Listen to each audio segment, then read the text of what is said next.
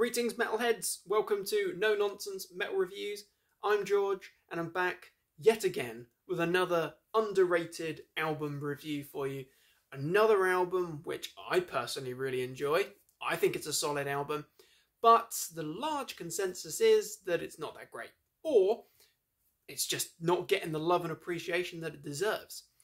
And today's underrated album comes from one of the most important bands in the grindcore scene and subgenre, if you like. They are one of, if not the bands that invented that whole kind of scene and sound. And I don't even know if you can include it as being a metal subgenre, because it's full of punk and hardcore influences. I've always considered it to be metal, but grindcore would not be the scene and sound that it is today without UK's own Napalm Death. And the underrated album that I'm talking about today, anyway, is album number 5 from 1994. This is Fear, Emptiness, Despair. This is a challenging album. It came at a very challenging time within the band's history.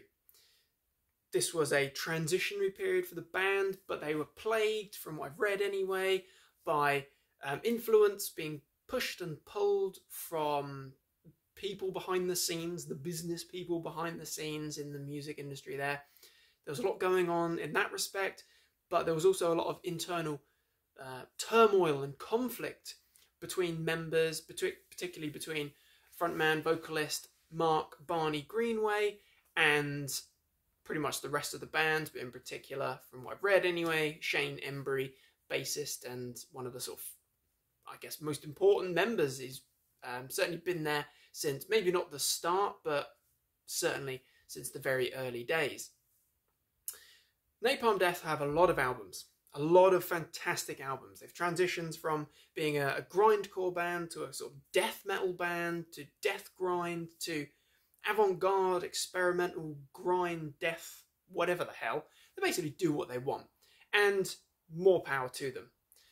Napalm, a lot of great albums, a lot of underrated albums. Way back when, in the early days of doing this channel anyway, I talked about Order of the Leech, another album which I personally feel is massively underrated in Napalm Death's catalogue. But the other one that really stands out to me is an album that I really do enjoy, and I've certainly really enjoyed revisiting this album.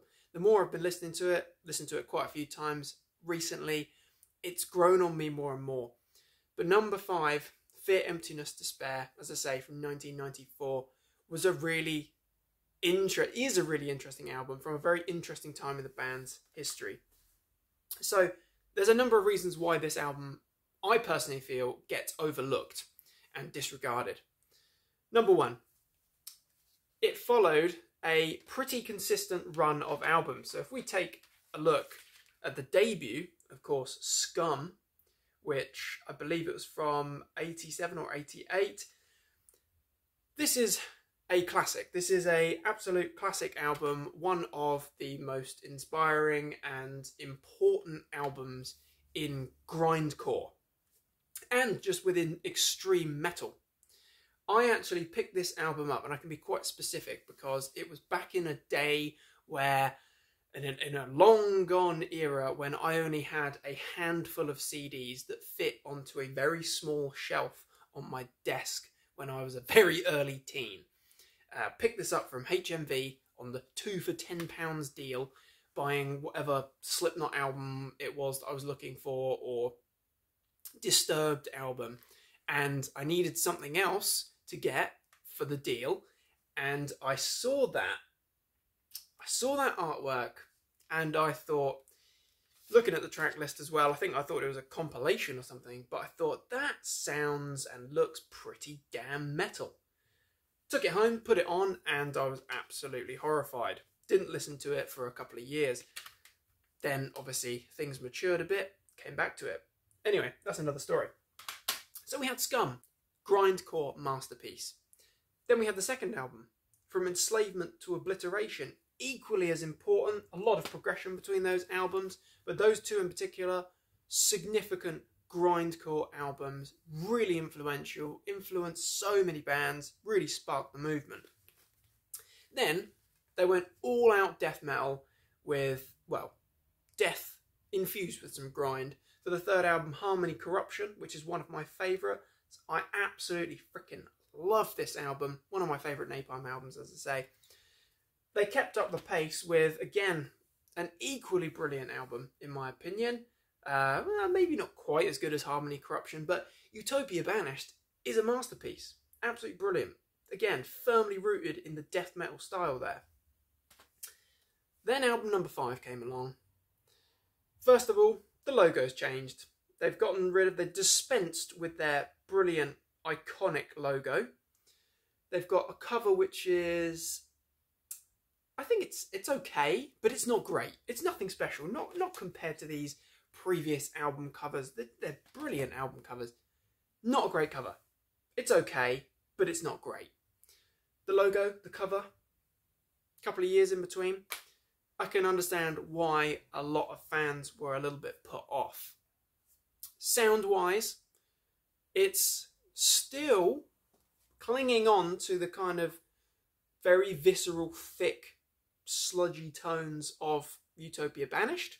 It's still heavily rooted in the kind of death metal, more death metal leaning sound and style, but it's also incredibly groovy. There's a lot of groovy stuff going on there. And we think this is 1994. Things are happening. Things are changing in metal.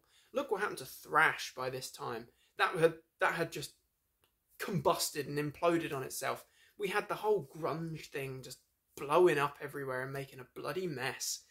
But we also had the beginning to emerge was the whole tendency to lean towards very down-tuned riffs, very groovy, very thick tones, and then it was all about the kind of, well, we know what happens next, nu metal, blah, blah, blah.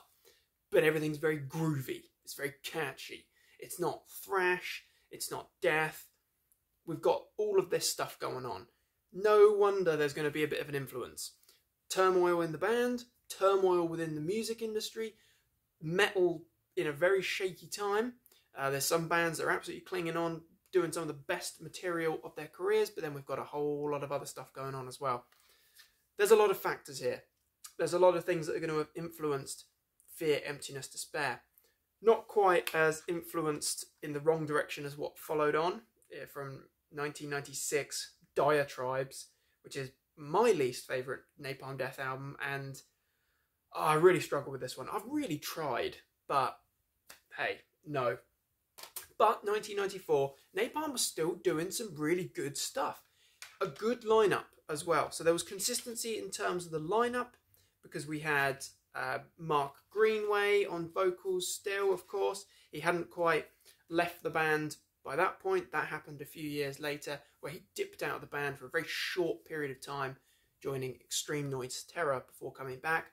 We had, try and do this by memory, we had Shane Embry on bass. We have Jesse Pintado, a very renowned guitarist within the extreme music world, a fantastic guitarist. We had Danny Hera on drums, and we had the equally brilliant, fantastic guitarist, Mitch Harris, as well. So, solid lineup. It had been consistent for a few years by this point. Natalie, we've got a shot of the guys on the back of Utopia Banished there. So, lineup-wise, it's consistent. Song-wise, very good. It's a short and sweet album. It's no more than 40 minutes long. But we kick off with a track called Twist the Knife Slowly, which very much, that and actually the next couple of tracks, Hung and Remain Nameless, certainly cling quite heavily to the death tones, no pun intended, the death metal tones and sound of Utopia Banished.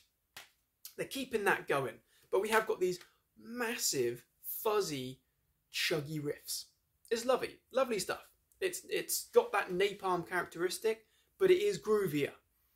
It's slower. It's certainly not grinding, blasting. You know, there's minimal moments where it reaches blast beat pace. That just doesn't really happen here. It's a much slower thing. altogether, slower beast altogether here, but it is packed with groovy, thick riffs. And Twist the Knife Slowly is a really good way to kick off the album. Hung keeps things going. We've got rumbling bass tones. Shane Embry's bass tone is absolutely fantastic. That guy is a legendary bassist, and it rumbles along. The drumming from Danny is fantastic. He's got a very good style. It keeps it interesting. It's very dynamic stuff. So Hung's a very good one, as is Remain Nameless, that third track, as I mentioned. That's another solid one. Then we get two very good tracks that are much more in the kind of groovy, I don't even really know how to describe it. It's almost like a swagger, that kind of swaggering, groovy style. But they are very thick, down-tuned, dirgy riffs. Plague Rages, fantastic.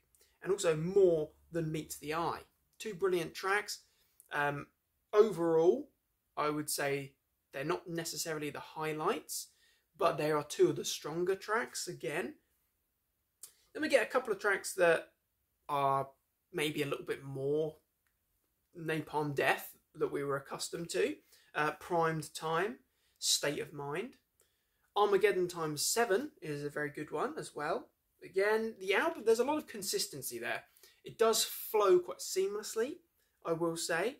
There's a lot of continuity. It doesn't dramatically do a U-turn and go back to some outright death metal, nor do we get any blasting, 10-second songs full of blast beats and blurs. None of that, unfortunately. Retching in the Dirt is another good one. Short and sharp. Again, loaded with that rumbling bass tone. Brilliant stuff. Fasting on Deception and Throwaway. All good songs. All quite memorable, actually. Filled with groove. It's Napalm Death. It's an interesting combination. It is just groovy death metal, essentially, but with a little bit of something else in there. What I really do like about this album is Barney Greenway's vocals.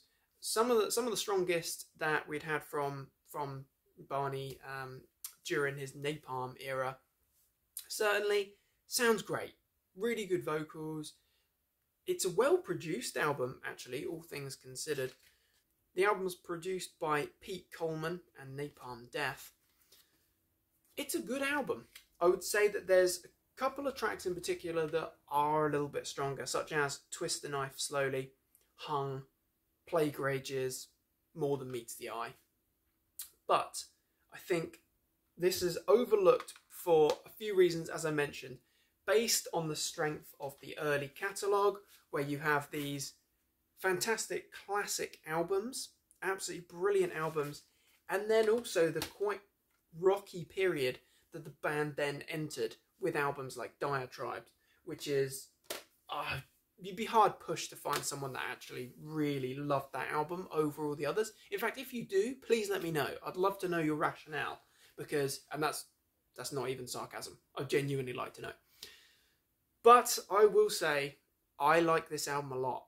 I love the early era. I love the grindcore era now. It's really grown on me over the years. I absolutely love the more death metal stuff that we got with Harmony Corruption and Utopia Banished. And I also love, maybe not the next album so much, but what we get latterly. Because Napalm do take a dramatic U-turn. Things start to go backwards with Words from the Exit Wound, Inside the Torn Apart. Things start to change again. And then we get albums like Enemy of the Music Business, Order of the Leech, Utilitarian. Things start to just go dramatically off reservation. But number 5, Napalm Death, clinging on to the death metal sound and their own napalm sound, half taking a leap into the unknown and throwing in some groovy stuff there, throwing in some really interesting flavours into the mix. A good album, just criminally overlooked. If you need convincing, check out Twist the Knife Slowly, check out Hung, Plague Rages, and More Than Meets the Eye. Check it out. So, my friends, what are your thoughts on Napalm Death? What are your thoughts on Fear, Emptiness, Despair? If you've never heard it, check it out. I implore you to just give it a spin. It's well worth it. And let me know what you think. An underrated album for sure. Thanks very much for watching, my friends. Hope you've enjoyed the review. Please do feel free to like, subscribe, share, comment. It's all very, very much appreciated. Really do appreciate it, the continued support. Check back soon for more reviews and recommendations for all the good heavy things. But take care of yourselves, and until next time, stay heavy.